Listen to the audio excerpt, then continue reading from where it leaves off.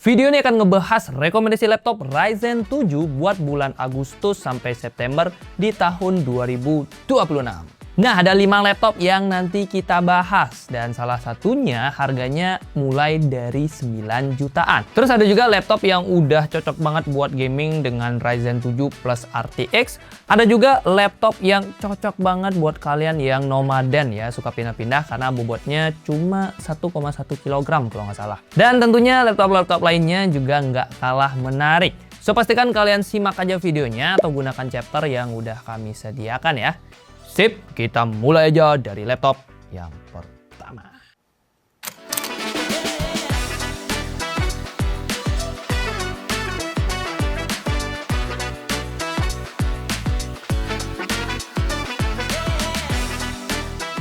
Laptop Ryzen 7 terbaik dibuka oleh Advan Pixworthat. Ini adalah laptop Ryzen 7 paling terjangkau di list kita kali ini. Harganya sekitar 9 juta kecil, tapi sudah punya performa yang kencang buat kerja, bahkan bisa juga dipakai buat mainin game AAA. Semua ini berkat dapur pacunya yang sudah menggunakan CPU Ryzen 7 8745HS yang dikombinasikan dengan iGPU Radeon 780M. RAM-nya udah 16GB DDR5 4800 MHz single channel plus SSD-nya 512 GB NVMe Gen 3. Hasilnya, Cinebench R23 Multicore bisa tembus 14.800-an poin, sementara 3D Mark Fire Strike-nya di 7.800-an poin. Jadi buat dipakai multitasking berat, coding, sampai ngedit video Full HD, tentunya udah tergolong aman. Bahkan buat main game, Radeon 780M-nya masih bisa jalanin beberapa game AAA. Contohnya seperti GTA 5 yang masih jalan di 31-61 fps, Cyberpunk 2077 di 29-35 fps, dan Dirt 5 di 25-29 fps.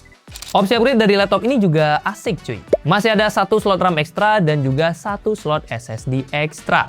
Yang bikin Pixworthat beda justru ada pada layarnya. Panel IPS 5,6 inch Full HD-nya ini sudah mendukung touchscreen. Jadi tergolong udah enak buat dipakai presentasi atau buat kalian yang memang suka workflow pakai layar sentuh. Sayangnya refresh rate-nya ini masih di 60Hz dan juga akurasi warnanya masih standar di 45% NTSC. Jadi ya, belum cocok buat editing profesional. Untuk baterai, dia punya kapasitas 58 Wh dengan klaim pemakaian sampai sekitar 10 jam. Sementara bobotnya masuk standar laptop 15 inch di kisaran 1,81 kg dengan tebal, ya 2,29 cm.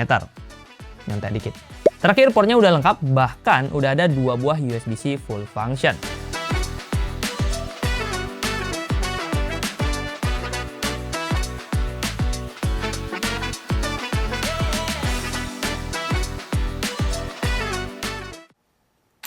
Laptop Ryzen 7 yang kedua adalah Lenovo Log Essential 15 ARP10E. Kalau Pixworthat tadi lebih condong ke laptop kerja yang bisa dipakai gaming, nah laptop satu ini arahnya lebih jelas. Laptop gaming yang juga udah enak buat editing. Performanya ditenagai Ryzen 7 170 yang dipasangkan dengan RTX 3050 6GB GDDR6 ber-TGP 65W. RAM-nya udah 16GB DDR5 4800 MHz plus SSD-nya 512GB NVMe Gen 4. Dari hasil pengujian, Cinebench R23 Multicore mencapai sekitar 12.500-an poin, sementara 3D Mark Fire Strike tembus 12.900-an poin. Artinya dia udah enak lah buat dipakai ngedit video 4K, vibe coding, dan tentunya bermain game. Main Delta Force masih lancar di settingan high dengan rata-rata 63 fps, Black Myth Wukong di 111 fps, dan Forza Horizon 6 di 120 fps. Untuk upgrade juga fleksibel ya, karena kita masih disediakan satu slot RAM DDR5 tambahan dan satu slot SSD M.2 tambahan. Log Essential 15 ini juga hadir dengan layar yang nggak cuma bisa dipakai gaming ya, tapi udah oke juga buat dipakai editing profesional. Layar 15,6 inch IPS Full HD 144Hz-nya ini punya brightness 300 nits dan cakupan warna yang sudah 100% sRGB. Jadi selain lebih mulus buat gaming, warnanya juga udah layak buat editing foto maupun video. Sayangnya baterai 57,5 Wh-nya ternyata masih standar laptop gaming. Daya tahannya cuma sekitar 3,5 jam. Untungnya, bobot dari laptop ini cukup ringan buat kelas laptop gaming. 1,8 kg dengan tebalnya di 2,29 cm. Terakhir, portnya cukup lengkap, bahkan dia udah ada SD card reader full size yang kepake banget buat para fotografer tuh.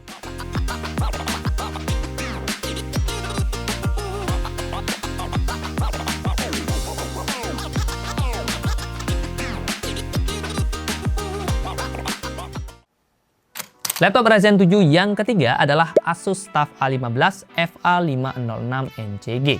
Kalau kalian fokusnya ngejar performa gaming rata kanan, laptop satu ini justru lebih aku rekomendasikan. Dapur pacunya pakai Ryzen 7 7445HS dengan 8 core dan 16 thread yang dipasangkan dengan RTX 3050 4GB GDDR6 ber-TGP 75W. RAM-nya sudah 16GB DDR5 5600 MHz plus SSD-nya 512GB NVMe Gen 4. Dan dari hasil pengujiannya, Cinebench R23 multicore-nya ada di kisaran 10.200-an poin, sedangkan 3D Mark Fire Strike ini justru udah tembus di 13.800-an poin. Menjadikannya laptop dengan grafis paling kencang di list kita kali ini. Buat gaming Full HD, editing 4K sampai kerja berat tentunya udah aman ya. Terus dari hasil tes gaming, Dota 2 masih lancar di 129 FPS, Forza Horizon 5 di 96 FPS, dan Delta Force di 77 FPS. Opsi upgrade dari laptop ini juga tergolong fleksibel, di mana ada satu slot DDR5 ya, slot RAM tambahan, dan juga satu slot SSD M.2 tambahan atau ekstra. Soal layar, Asus TUF A15 hadir dengan layar 15,6 inch IPS Full HD 144Hz yang tentunya udah cocok buat gaming kompetitif.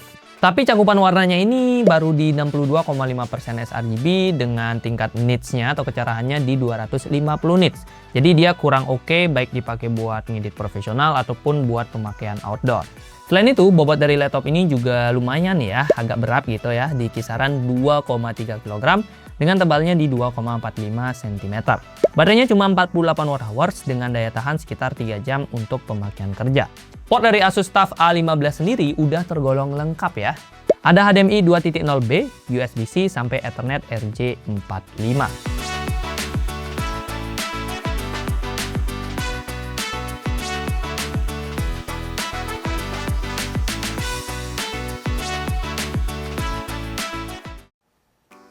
Laptop Ryzen 7 terbaik selanjutnya adalah Tecno Megabook K14S FA. Kalau 3 laptop sebelumnya ngejar performa gaming tapi bobotnya lumayan berat, laptop satu ini punya Ryzen 7 yang juga kencang tapi bobotnya cukup ringan dan baterainya awet. Yaps, Megabook ini punya bobot yang cukup ringan di 1,4 kg dengan ketebalan sekitar 1,8 cm. Hal ini bikin laptop satu ini juga tergolong asik buat dibawa-bawa. Mau WFC seharian juga bisa berkat baterai jumbo 70 Wh-nya yang diklaim bisa tahan hingga 14 jam buat pemakaian ringan.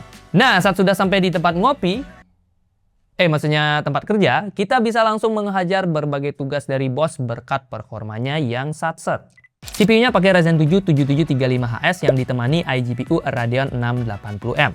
RAM-nya sendiri udah langsung 16GB LPDDR5 6400 MHz dual channel dengan SSD 512GB NVMe Gen 3. Nah, kombinasi ini menghasilkan skor 11 ribuan poin di Cinebench R23 multicore dan 4400-an poin di 3D Mark Fire Strike. Nah, dengan skor tersebut, Megabook ini artinya udah cukup oke lah buat menghajar berbagai tugas baik itu multitasking, ngoding, ataupun ngedit video Full HD atau bahkan 4K tipis-tipis. Radeon 680M-nya juga masih cukup buat gaming ringan sampai menengah. Sayangnya, RAM-nya ini udah onboard dan dia juga cuma punya satu slot SSD M.2. Jadi kalau kita mau upgrade storage-nya, kita harus mengganti SSD bawaannya. Tecno Megabook K14S FH hadir dengan layar 14 inch IPS Full HD 60Hz dengan brightness 300 nit. Untuk cakupan warna sebenarnya lumayan oke di 56% NTSC.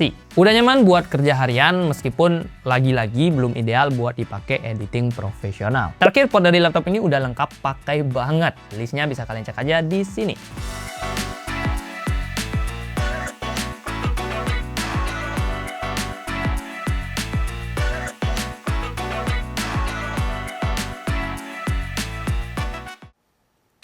Laptop Ryzen 7 terbaik kali ini ditutup oleh Infinix Xbook B14R7. Kalau kalian pengen laptop Ryzen 7 yang seringan mungkin buat dipakai kemana-mana, laptop satu ini wajib kalian lirik. Pasalnya, dia adalah laptop paling ringan di list kita dengan bobot 1,16 kg dan tebal sekitar 1,75 cm. Udah enak banget lah buat dibawa ke kampus ataupun kantor tercinta. Dikombinasikan dengan baterai 55 Wh-nya yang diklaim bisa tahan sekitar 8 jam pemakaian.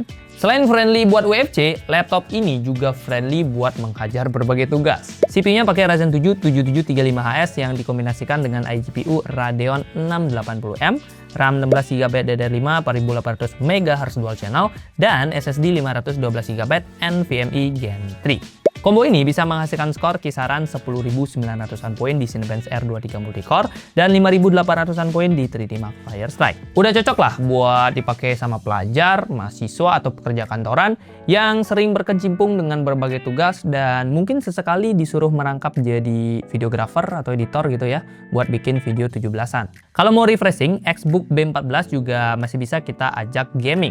GTA 5 masih dapetin 30 fps, Forza Horizon 5 di 42 fps, dan FPS game lainnya bisa kalian cek aja di scene berikut ini. Untuk opsi upgrade, sayangnya RAM-nya ini udah on board. Untungnya dia masih punya slot M.2 extra buat upgrade menjadi dual storage.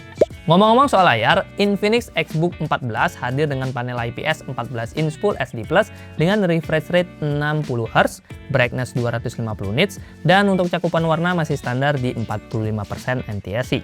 Lagi-lagi udah cukup buat kebutuhan harian, tapi ya memang belum cocok buat editing profesional. Terakhir, portnya lengkap dan kekinian.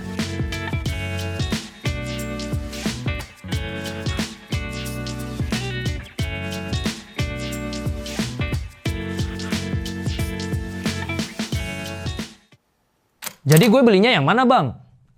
Nah, kembali ke kebutuhanmu. Kalau cari yang paling terjangkau dan udah touchscreen, ambil Advan Pixworth. Kalau prioritas utamanya adalah gaming dan editing, Lenovo Log Essential jadi pilihan yang paling balance. Dan kalau butuh baterai awet, Tecno Megabook K14 SFA ini lebih masuk akal.